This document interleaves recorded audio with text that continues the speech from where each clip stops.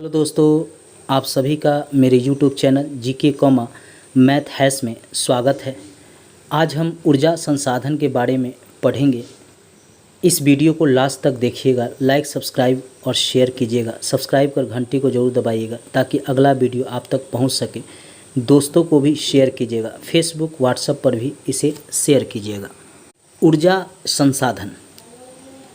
ऊर्जा की आवश्यकता पेड़ पौधों, मनुष्यों, जीव जंतु, पशु पक्षियों सभी को इसकी ज़रूरत होती है। सूर्य से अधिकतर ऊर्जा की हमें प्राप्ति होती है, लेकिन आधुनिक समय में औद्योगिक विकास के लिए नवीकरणीय ऊर्जा और अनवीकरणीय ऊर्जा दोनों की आवश्यकता है। आइए हम जानते हैं कि अनवीकरणीय ऊर्जा कौन कौन से हैं और नवीकरणीय ऊर्जा कौन कौन से हैं। अनवीकरणीय ऊर्जा के तहत कोयला, पेट्रोलियम और प्राकृतिक गैस, जिसे इस तीनों को मिलाकर इसे जीवाश्म ईंधन भी कहते हैं। परमाणु ऊर्जा और शेल गैस, यह भी अनवीकरणीय ऊर्जा संसाधन के अंतर्गत आता है। हमेशा ही एग्ज़ाम में पूछता है कि अनवीकरणीय ऊर्जा संसाधन कौन है और नवीकरणीय ऊर्जा संसाधन कौन है। चाहे वह बीपीएससी हो, यूपीएससी हो, एसएससी हो, बैंकिंग हो, रेलवे हो, सीटेट हो, सभी एग्ज़ाम में अगर ऊर्जा से प्रश्न पूछे जाते हैं तो यह पूछा जाता है। नवीकरणीय ऊर्जा संसाधन के रूप में सौर ऊर्जा, पवन ऊर्जा, जल विद्युत, बायोगैस, भूतापीय ऊर्जा, कचरे से उत्पादित ऊर्जा, आजकल कचरे से भी ऊर्जा उत्पादित किया जाता है, ज्वारीय ऊर्जा, ये सब नवीकरणीय ऊर्जा है, जिसमें भारत सरकार के द्वारा सौर ऊर्जा, पवन ऊर्जा पर विशेष रूप से इनके विकास पर जोर दिया जा रहा है। अभी डेनमार्क के साथ भारत सरकार ने एक समझौता किया है सौर ऊर्जा, पवन ऊर्जा के विकास के लिए। इसके लिए अरुणाचल प्रदेश से लेकर गुजरात तक तथा उत्तर से लेकर दक्षिण तक सौर प्लेट का विकास किया जाएगा। क्योंकि भारत में सूर्य जो है बहुत अधिक समय तक रहता है, इसलिए उसके प्रकाश का उपयोग ऊर्जा के रूप में किया जाएगा। आइए हम अब एक एक कर इन सारे ऊर्जा संसाधन के बारे में आगे पढ़ते हैं, जिसमें सबसे पहले हम कोयला के बारे में पढ़ेंगे कि इसकी उत्पत्ति कैसे हुई, किस क्षेत्र में यह भारत में पाया जाता है। जैसे यह भारत का मैप है, ये जितने भी ये काले डॉट हैं ये सभी कोयला उत्पादित क्षेत्र हैं। ये सभी कोयला क्षेत्र हैं। ये अरुणाचल प्रदेश है, ये असम है, ये मेघालय है और ये दार्जिलिंग है, पश्चिम बंगाल का क्षेत्र। यहाँ से कोयला का उत्पादन किया जाता है।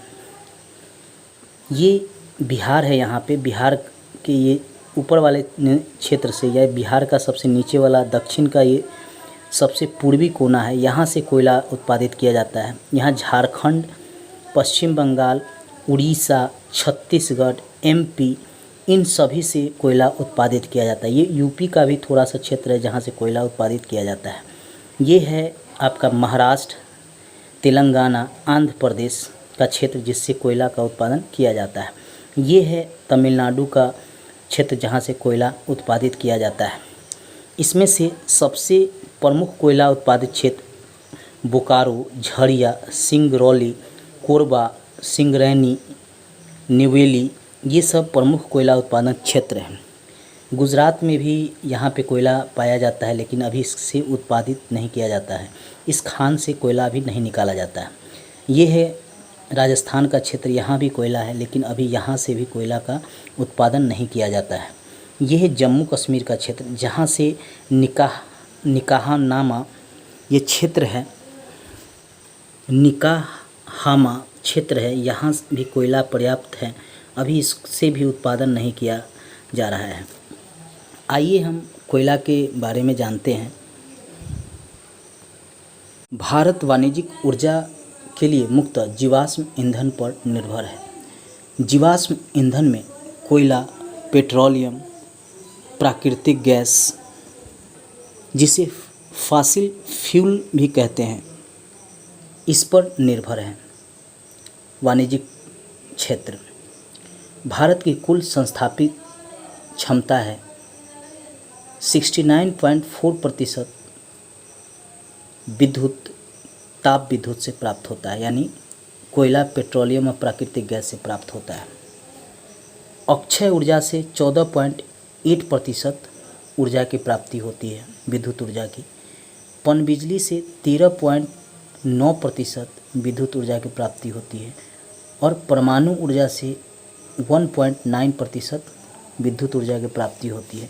परमाणु ऊर्जा का भारत में तेज़ी से विकास न होने का कारण है कि भारत में यूरेनियम की कमी है। केवल झारखंड में ही यूरेनियम पाया जाता है। भारत में थोरियम की अधिकता है। थोरियम भारत के हर क्षेत्र में पाया जाता है और यह बालू में पाया जाता है और बालू भारत में हर क्षेत्र में है, इसलिए थोरियम की तो अधिकता है, लेकिन थोरियम से अभी परमाणु ऊर्जा का विकास अभी भारत करने में सक्षम नहीं हुआ है। यूरेनियम के लिए हमें कनाडा, कजाकिस्तान और नाइजीरिया जैसे देशों पर निर्भर रहना पड़ता है और इससे परमाणु ऊर्जा से विद्युत प्राप्ति करने में भी कठिनाई है, क्योंकि कभी कभी जहाँ पे इसका संस्थान स्थापित किया जाता है, जहाँ पे यह प्रोजेक्ट स्थापित किया जाता है, कभी कभी उसमें विखंडन होने की भी संभावना होती है। हाल में जापान में, फ्रांस में ऐसा देखा गया, जिससे काफ़ी जान माल की क्षति भी हुई थी। इसीलिए भारत जो है अभी खासकर पनबिजली और सौर ऊर्जा पर विशेष रूप से ध्यान दे रहा है, क्योंकि सूरज हमारे यहाँ अधिक समय तक रहता है। इसकी रोशनी से ही हम सौर ऊर्जा प्राप्त कर सकते हैं। इसीलिए अरुणाचल प्रदेश से लेकर गुजरात तक सौर प्लेट लगाने की बात हो रही है। भारत सरकार इसके लिए डेनमार्क से भी समझौता किया है, ताकि नई टेक्नोलॉजी के साथ सौर और पवन ऊर्जा का विकास कर भारत में विद्युत ऊर्जा की आवश्यकता की पूर्ति की जा सके। अगला प्रश्न है, ताप विद्युत परियोजना के संदर्भ में कौन सा जोड़ा सही है? कवास गुजरात में स्थित है, यह सही है। अगला प्रश्न है, भारत में ऊर्जा का मुख्य स्रोत क्या है? तापीय भारत में ऊर्जा का मुख्य स्रोत है। अगला प्रश्न है, नवेली ताप विद्युत संयंत्र का भरण किससे करते हैं? तृतीय कोयला, जिसे लिग्नाइट कोयला कहते हैं, इसी से इसका भरण किया जाता है। दोस्तों, मेरे नेक्स्ट वीडियो को भी ज़रूर देखिएगा, सब्सक्राइब कर लीजिएगा। अगर थोड़ा भी मेरा वीडियो हेल्पफुल हो तो सब्सक्राइब कर घंटी को ज़रूर दबाइएगा। धन्यवाद दोस्तों। हाँ, दोस्तों को भी शेयर कीजिएगा और फेसबुक, व्हाट्सएप पर भी इसे शेयर कीजिएगा।